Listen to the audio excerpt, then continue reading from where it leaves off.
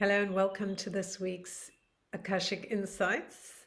We're looking at the week of July 4th to 10th, 2022. I am your host, Jen Dushen of jendushen.com, Akashic Swan Guidance, and I'm using the Illuminating Journey Cards that I created with the guidance of the Akashic Records. So let's plunge in. We're in July now, which is, we've passed the halfway mark of the year 2022. We are in a 13 universal month, which is powerful because 13 is about change. It's about the eruption and change and revolution and activation. It also adds up to a 4, which is 2022. The last two numbers is a 4. So it is about accepting a new kind of reality, this kind of moment when the phoenix rises and we are reborn in a sense, or newly born. And so we must now activate from this place of knowing or decisiveness.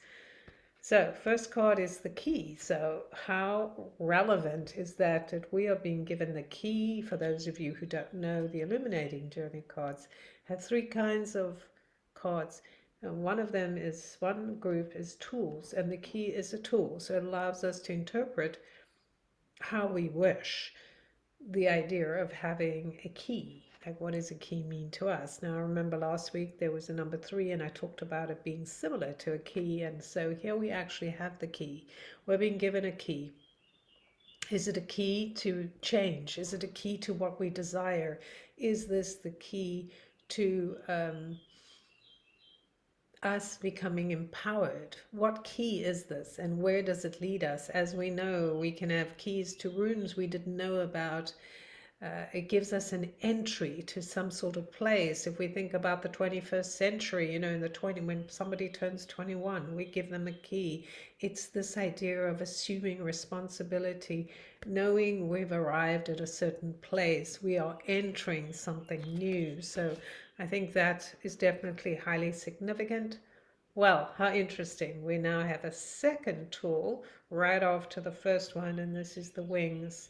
So the wings, however you interpret that, flight is this idea of these angel wings, this idea of becoming a butterfly. So we have the key to flight, to the idea of taking flight, of changing our minds, of moving to a different place, of assuming responsibility in a whole new way, knowing we are being held in love. We are held in the wings of flight, that we can take flight, that we have the key to taking flight, that we are being encouraged to move, pick ourselves up and really move to a new ground, right? Take ourselves away from the place we've been and where we've lived and move to this place where we can live differently and approach what we think of as our problems and our challenges from a very different vantage point. So I think this is very powerful, especially when we combine this with the 13, with the iteration of the numbers. The 7 itself of July is very powerful because it invites us to use our wisdom.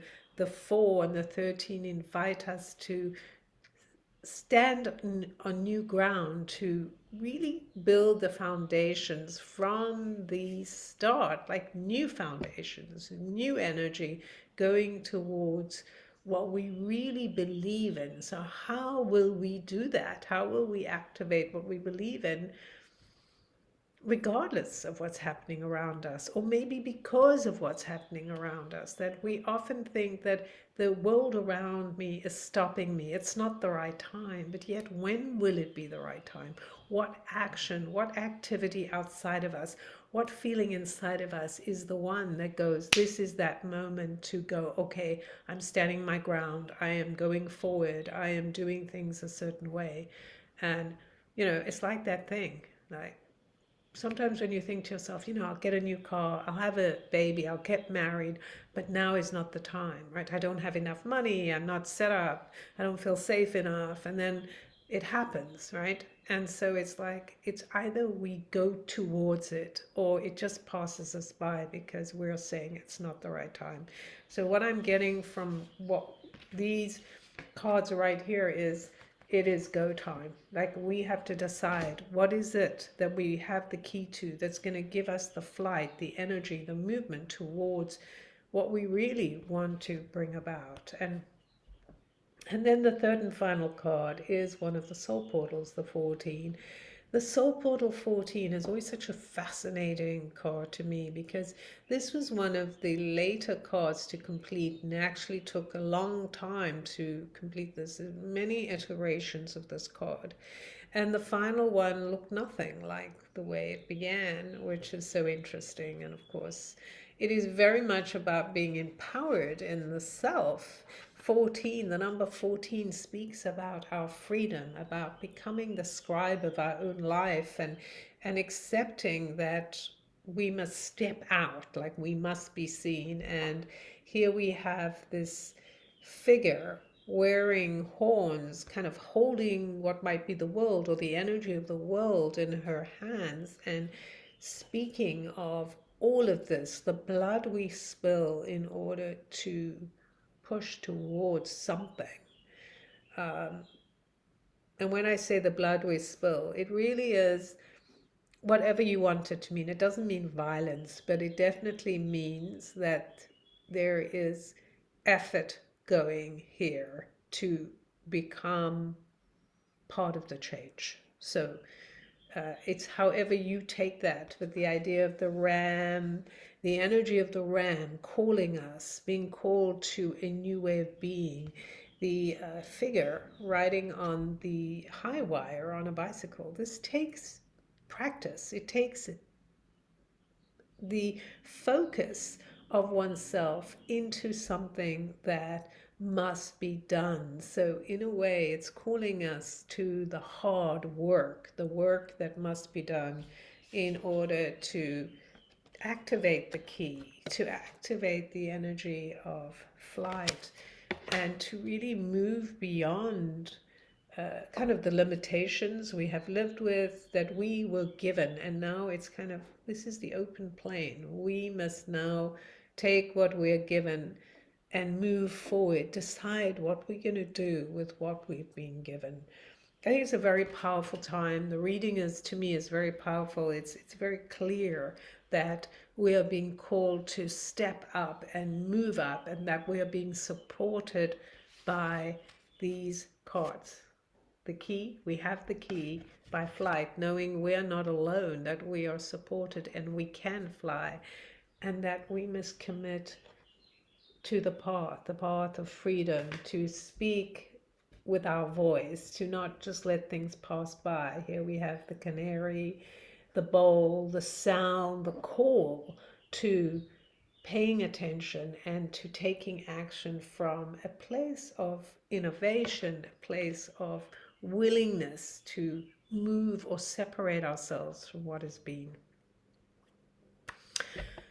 These are powerful times, and I know you're a powerful being, so together we can definitely move forward and make changes, because it all rests on us.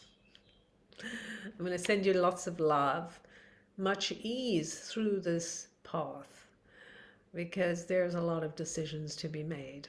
But I think once we make the decisions, it's certainly been in my experience, once I make the decision, even if it's a hard one, it's easier, because now I've made a decision. I'm not sitting on the fence wondering, shall I, shouldn't I? It's just like, yes, let's go, let's do this thing. And then we can apply our focus and our energy to that, to being heard, to taking ownership of the space that is ours. So, wishing you joy. The beginning of the week, my challenge is, oh, it's not a challenge, it's an adventure. My One Beautiful Desire adventure starts on Wednesday, the 6th. So you can still join us. I'll post the link below. It's a complimentary experience, 3 Wednesdays. There will be recordings. It's always better to be live, but if you can't, you can do the recording. and I'll see you soon.